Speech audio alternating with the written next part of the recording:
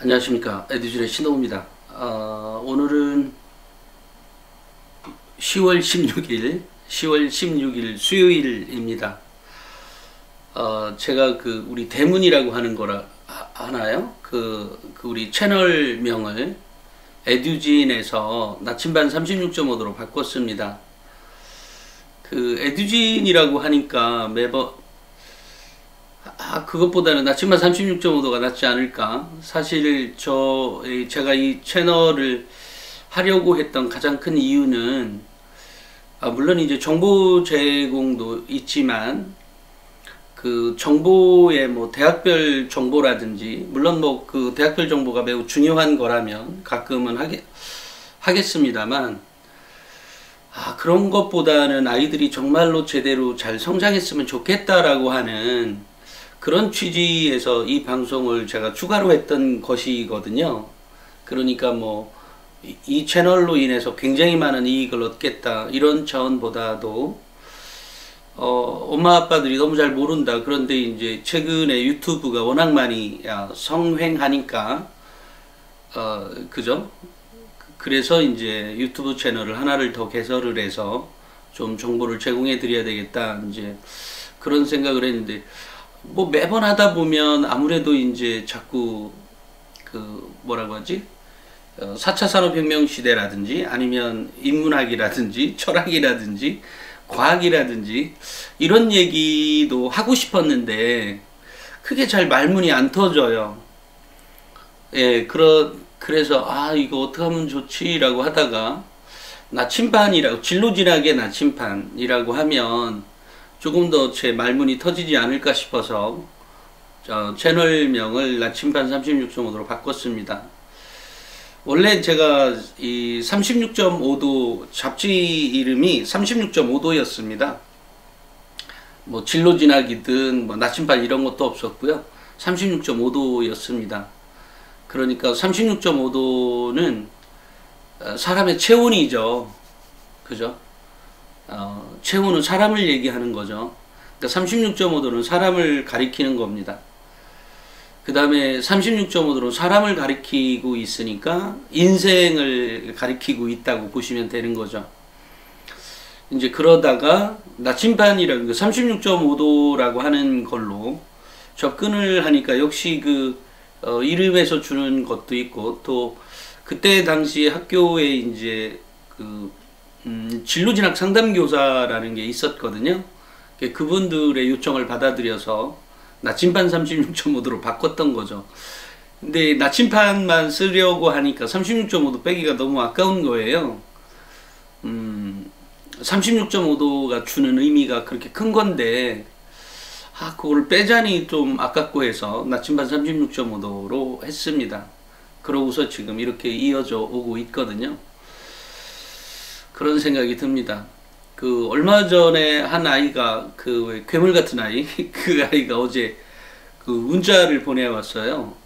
자기네 학교에 선생님 영상 올려놨습니다라고 해서, 물론 그 아이가 올려놓은 게 아니라 선생님이 올려놨겠죠.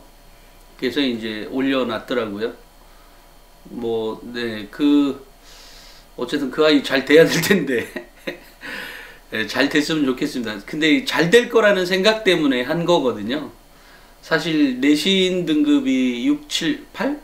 9? 7, 8, 9? 국영수가 7, 8, 9 등급 이러면 4년제 대학에서도 저 밑에 대학, 이름도 모르는 대학, 이름은 좀 죄송합니다. 어쨌든 매우 낮은 하위권 대학을 가겠죠. 매우 낮은. 아니면 전문대, 냉정히 따지면 전문대 가는 아이들이죠. 냉정히 따지면. 그렇지만 이제 최근에 학령 인구도 감소했으니까 굳이 4년제를 가려면 전문대까지는 안 갈지도 모르죠. 그렇지만 이제 그 아이가 기록해놨던 상황이 매우 썩 정말로 잘 써져 있기 때문에 다만 이제 아까처럼 문제가 하나 있는 거죠. 국영수 과목이 너무 낮은 점수여서, 물론 자기 전공과 관련한 동아시아사나 세계사나 한국사 같은 경우는 정말 1등급인 거고, 또 나중에 이제 정신 차려서 나 좀 이거만큼은 이런 역사 말고도 또 다른 거에 대해서 내가 점수 좀 따야 되는 거 아니야? 뭐 이래서 생명과학도 1등급을 따놨죠. 그런데 제가 이제 그 합격 발표가 나기 전에 이렇게 방송했던 가장 큰 이유는 가능성이 있다는 것을 말씀드리고 싶었던 거였고요. 또 하나는 저는 뭐 서울권도 가능성은 있다고 생각합니다. 그렇지만 이제 막판까지 정말 대학들이 많이 고민해야 되는 그런 학생부였다. 비록 보통 우리가 일반 학부모들이 생각하면 7등급, 8등급, 9등급이라고 하는 게 국영수가요. 그러면 사실 대학 포기하는 거 아니에요? 그렇지만 학교 생활을 그렇게 열심히 했더니 이렇게 4년제 대학에도 조금 뭐 지방이권 대학이라고 다 나쁜 대학 아니잖아요. 그죠? 그래서 뭐 그 정도 대학도 들어갈 수 있는 아이로 된 거죠. 다만 그 아이가 정말로 역량이 괜찮은 아이인 건 분명하거든요. 그런데 만약에 그것을 예를 들어 7, 8, 9등급이 아니라 그 아이가 2학년 2학기 때 깨달았다고 하니까 2학년 2학기 말쯤에, 그러니까 제 책이 저게 10월 달에 출간된 거니까 아마 10월 달에 샀을 거라든지 11월 초에 샀을 거거든요. 그러면 아직 기말고사가 12월 달에 치르죠.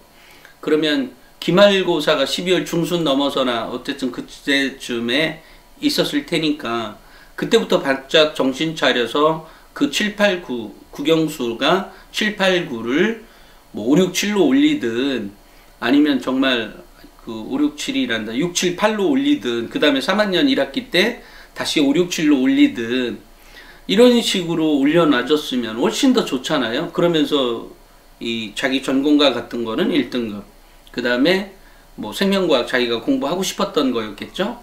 그것도 뭐 1등급. 근데 이 생명과학을 하게 된 그 배경이 또 이 아이에게 있는 거잖아요. 그러니까 이게 어차피 역사라고 하는 건 사람인 거죠. 사람에 대한 연구인 거죠. 사람과 그 사람의 무리들, 그죠? 그게 사회가 되는 거죠. 또 이런 거가 각 지역마다 있는 거고, 각 지역마다 있으니까 당연히 생명과학이라고 하는 거, 그죠? 고고학도 이게 뭔가 발굴하고 하려면 생명과학하고도 관계가 있다고 해서 생명과학을 1등급을 받았다는 아이니까 사실 보통 아이가 아닌 거예요. 그 정도로 유추하고 그 정도로 사고를 할 수 있는 아이라면 보통 아이가 아닌 거죠.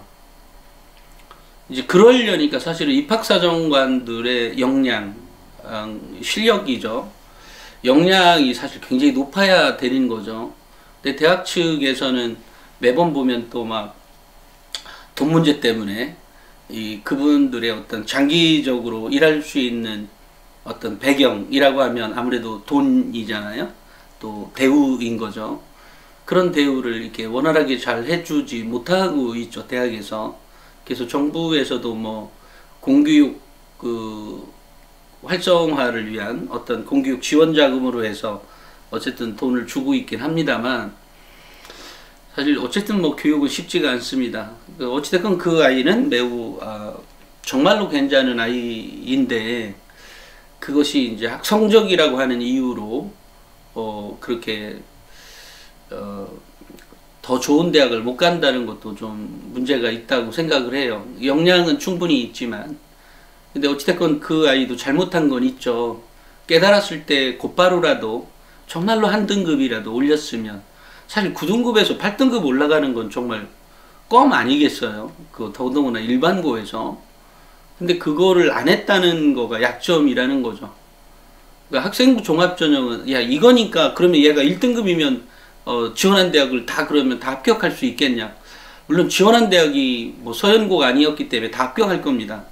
하지만 그렇다고 합격이 100% 보장한다 이런 말은 못하죠. 왜냐하면 평가는 어차피 정상적인 평가인 거고, 또 이 아이가 받아온 성적은 어쨌든 그 정도였기 때문에 뭐 그거를 왜 지금에 와서 왜 후회하냐 이러면 안 되죠. 이미 원서는 다 냈고. 그러니까 지금은 자기의 꿈을 향해 이렇게 걸어가야 되는 거죠. 그것이 아까 제가 얘기했던 36.5도 또는 나침반이라고 하는 거하고 맞물려 있습니다.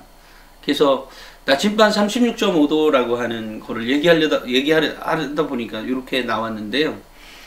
그래서 저는 그 제가 하는 강의는 보면 뭐 진학과 관련한 얘기도 있고요. 특히 그 중에서도 이제 학생부 종합전형과 관련한 얘기를 많이 하게 되죠. 왜냐면 제가 바꿔주고 싶은 거였기 때문에요. 우리 아이들을. 또 4차 산업혁명 시대하고 관련한 주제를 가지고 하기도 강의를 많이 합니다.